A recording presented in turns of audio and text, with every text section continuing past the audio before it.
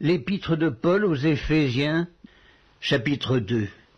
Vous étiez morts par vos offenses et par vos péchés dans lesquels vous marchiez autrefois, selon le train de ce monde, selon le prince de la puissance de l'air, de l'esprit qui agit maintenant dans les fils de la rébellion.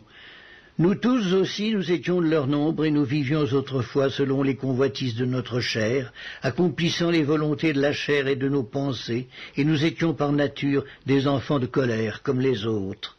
Mais Dieu qui est riche en miséricorde à cause du grand amour dont il nous a aimés, nous qui étions morts par nos offenses, nous a rendus à la vie avec Christ. C'est par grâce que vous êtes sauvés. Il nous a ressuscités ensemble et nous a fait asseoir ensemble dans les lieux célestes, en Jésus-Christ, afin de montrer dans les siècles à venir l'infinie richesse de sa grâce, par sa bonté envers nous en Jésus-Christ.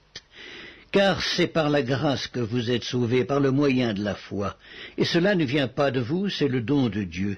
Ce n'est point par les œuvres, afin que personne ne se glorifie. Car nous sommes son ouvrage, ayant été créés en Jésus-Christ pour de bonnes œuvres, que Dieu a préparées d'avance, afin que nous les pratiquions.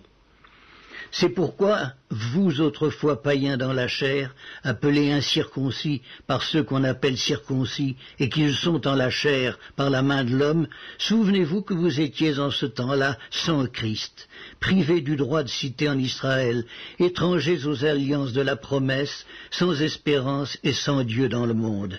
Mais maintenant, en Jésus-Christ, vous qui étiez jadis éloignés, vous avez été rapprochés par le sang de Christ, car il est notre paix, lui qui des deux n'en a fait qu'un, et qui a renversé le mur de séparation, l'inimitié, ayant anéanti par sa chair la loi des ordonnances dans ses prescriptions, afin de créer en lui-même avec les deux un seul homme nouveau, en établissant la paix, et de les réconcilier l'un et l'autre en un seul corps, avec Dieu par la croix, en détruisant par elle l'inimitié.